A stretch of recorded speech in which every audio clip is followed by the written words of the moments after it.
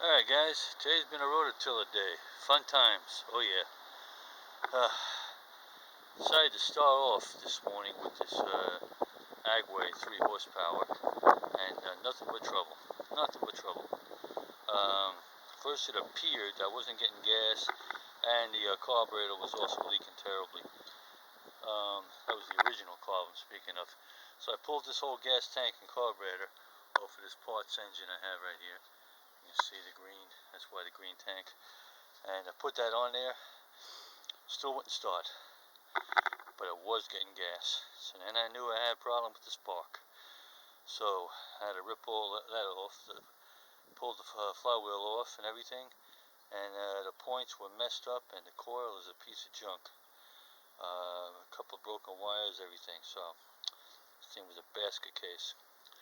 However, this one here has good points, condenser and everything. I know because I put them in there about 2 years ago, hardly used that motor, and a good coil. So this motor needed a head gasket, I believe that's what it was. So long ago that I put it on the shelf, I forget, but I know it ran. So I'm going to pull all the points and everything off of that, and the coil, and those are going in here. I would have just swapped the motor, but like I said, the head gasket's bad. So we're going to put those in there probably tomorrow, and we'll see how we do with that. Now moving on, that was the bad news. Now the good news. The 5 horsepower Briggs, Bilt pony. Man, it's getting windy here. We had to rebuild this carburetor. Took it all apart, put a rebuild kit in it. Flushed out the tank, put it all together, and it developed a little gas leak. Not major, it was tiny, but it would not stop. So I had to seal it up with a JB Weld, and it's got a brand new gasket in there, but it was still leaking. I think it was warped. I don't know, I didn't see any cracks. Anyway, sealed it up with JB Weld, and we're going to see if it's going to hold now. Letting it dry for the last 2-3 hours. So haven't started since I've done that. Before it would start, install, and I seen that leak. I knew there was a problem, so I shut it off. So now we're going to see what we got. Either way, this is good news because I know it runs. So, make a liar out of me now. Let's see what we got here. 3/4 choke.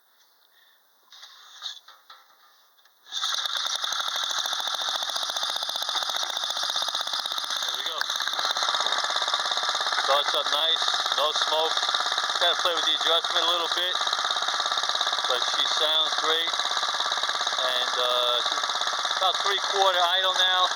The cable for the handle here is going down to the engine is broken. I got to put a new one in, so I'm operating it manually. But I'm going to show you now the times. Bear with me here, guys. Rototiller. That's forward. That's reverse. So, you know they work.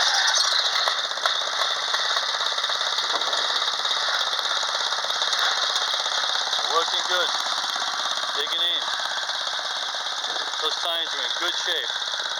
And you see when I did that, that motor didn't bog down at all. I believe I did fix that leak. I see nothing. Had a little trickle coming down here, tiniest little trickle. And no matter how tight I made it, I don't know if it was a little bit of a warp in the tank or the carburetor or a hairline crack. I just couldn't see. I don't know. But at any rate, she's working now. She's not leaking. She's running beautiful. Really happy with this. So, it's like I got one tiller running, and thank goodness it was the better of the two. And like I think I told you in the last video, this 5 horsepower, you don't see too many of these with the electric start. A little electric motor on it. I don't have to put a battery in. I don't need the electric motor, but it's a nice little feature. I've sold 2 or 3 of these at least over the years. I think I have a few videos on here actually you can probably find. And these are great tillers. They sell easy. I've sold these things for anywhere from $200 to $350. And they do a great job. I'm telling you, man. These things dig in. So I think I'm going to be putting a small garden in this year because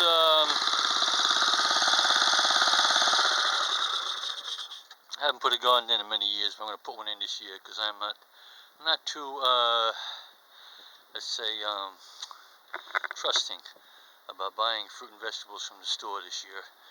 With all that nonsense going on, too many people handling the stuff, so I'd rather go back to my own homegrown. It's a small garden, tomatoes and zucchini, a couple other little things maybe, but that's all. So I'm happy I got this going. I'm not going to be selling it. So that's the story on the tillers, guys. That one is as good as new. This one, hopefully by tomorrow night, will be as good as new. I put all those points and everything in there. This one needs other work too. The cable's also shot. They always freeze up when they sit. And the engager needs a new belt, but that's nonsense. The tines are good. I have confidence I can get this going. But this is a very small tiller, not powerful. I'm probably going to sell this one. So anyway, guys, that's the deal on the tillers I showed you. And like I said, hopefully next video you'll see them both running. Alright, thanks for watching. Book 'em, Dano.